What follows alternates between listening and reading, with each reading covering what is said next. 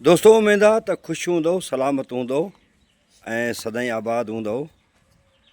सिंध जो माण्हू मुआशी तौर ते तमामु घणो कमज़ोर आहे ऐं उनजो जेको अहम सबबु आहे उहो इहो आहे त असां मैट्रिक पास करे पोइ नौकरियुनि जे पोयां लॻूं था ऐं दरख़्वास्तूं खयूं पोइ असीं जेको आहे सो वज़ीरनि ऑफिसरनि मुशीरनि जे पोयां वॾेरनि जे पोयां डुड़ंदा रहूं था, पर असां कारोबार नथा करियूं। इहा असांजो तमामु वॾी हिकिड़ी ट्रेजिडी चइजे या अलमियो चइजे त इहो असांजो तमामु वॾो अलमियो आहे त असीं को कारोबार करण जे लाइ तयारु न आहियूं। कारोबार जे लाइ ज़रूरी कोन्हे त असांखे लखें किरोड़नि रुपया खपनि या को तमामु वॾो सरमायो खपे। असां नंढे पैमाने ते बि कारोबार शुरू करे सघूं था ऐं कारोबार हिकिड़ी अहिड़ी शइ आहे जंहिंजो सच पुछो त तसवर बि नथो करे सघिजे।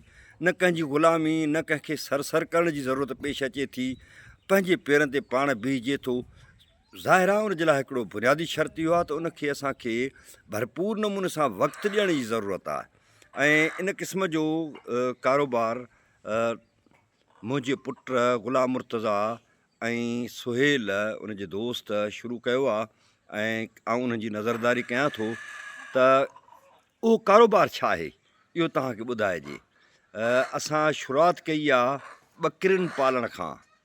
असां कुझु ॿकरियूं वठी आया आहियूं ऐं ख़रीदारी जो सिलसिलो जारी आहे ऐं असांखे ज़हन में रखणु खपे त हिकिड़ी ॿकरी साल में 2 दफ़ा फर ॾींदी आहे ऐं हिकिड़ी ॿकरी घटि में घटि 2 फर ॾींदी आहे ऐं के 3 बि ॾियनि थियूं त के 4 बि ॾियनि थियूं। तंहिं करे इहे जेकॾहिं असां 5 ॿकरियूं बि ख़रीद करे स्टार्ट कयूं त असां 2-4 सालनि अंदरि एतिरा त मतिलबु असांजो उहो माल वधी सघे थो, एतिरियूं ॿकरियूं वधी सघनि थियूं जो असांखे नौकिरी जी ज़रूरत ई पेश कान ईंदी ऐं नौकिरी करण जी का बि ज़रूरत न हूंदी। हिन वक़्तु आउं पंहिंजे फार्म ते मौजूदु आहियां ऐं तव्हांखे जेका ॿी वीडियो हूंदी उन वीडियो में तव्हांखे ॾेखारिबो त उहो फार्म कीअं आहे ऐं उहो असां कीअं ठाहियो आहे, तव्हांखे ॿकरियूं बि ॾेखारबियूं। ऐं आउं इहा उमेद थो करियां त दोस्त चैनल खे सब्सक्राइब कंदा, कमेंट कंदा, लाइक कंदा, शेयर कंदा। असांजो बुनियादी मक़सदु ई इहो आहे त जीअं असां सिंध जे माण्हुनि खे पंहिंजे पेरनि ते बीहारे सघूं ऐं उनखे कारोबारी सिख्या बि ॾियूं। लाइव स्टॉक यानी चौपाए माल जो कारोबार एॾी त अहमियत वारो आहे जो जेकॾहिं उहो कारोबार असांजा नौजवान उहे कनि त तमामु घणो नाणो कमाए सघनि था।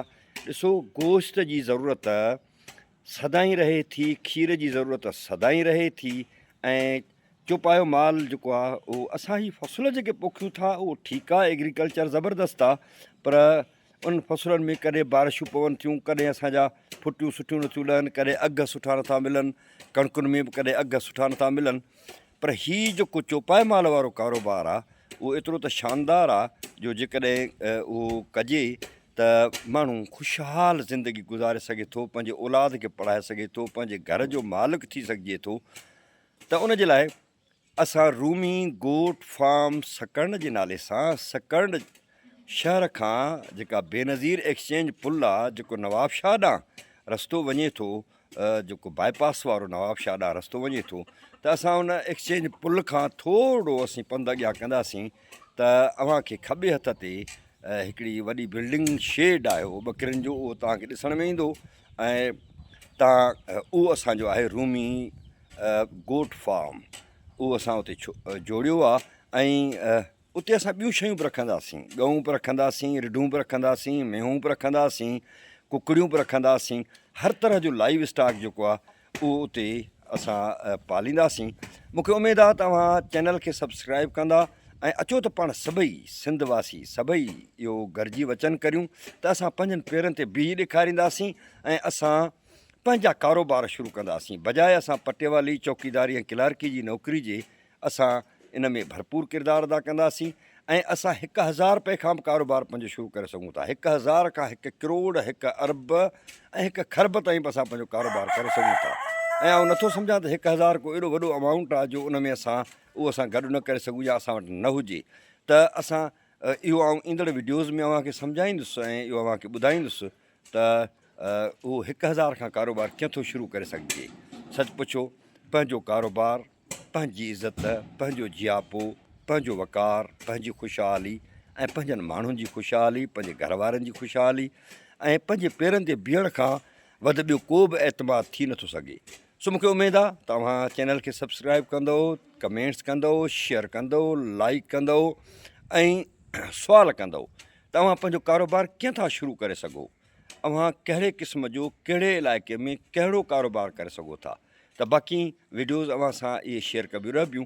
हीअ पहिरीं वीडियो आहे जेका तारीफ़ी वीडियो आहे, अञा बि तारीफ़ हिन जो करायो वेंदो ऐं फ़िलहालु ही मूं पहिरीं वीडियो रखी आहे ऐं ईंदड़ वीडियोज़ में तव्हांखे सॼो हीउ जेको रूमी गोट फार्म आहे उहो तव्हांखे वीडियोज़ में ॾेखारियो वेंदो ऐं उन में इहो तव्हांखे ॿुधायो वेंदो त शेड कीअं ठहंदो आहे ऐं उन शेड हिकिड़े शेड मां उन जे हेठां एलिवेटेड शेड यानी मथां उहो शेड जेको मथे हुजे उहो कीअं ठहंदो आहे ऐं पोइ उन जे हेठां वरी असां कुकड़ियूं कीअं पाले सघूं था ऐं शेड में ॿकरियूं असीं कीअं रखे सघूं था, ॿकरियुनि खे बीमारियुनि खां कीअं बचाए सघिजे थो, ॿकरियुनि खे चारो कहिड़ो ॾियणु खपे।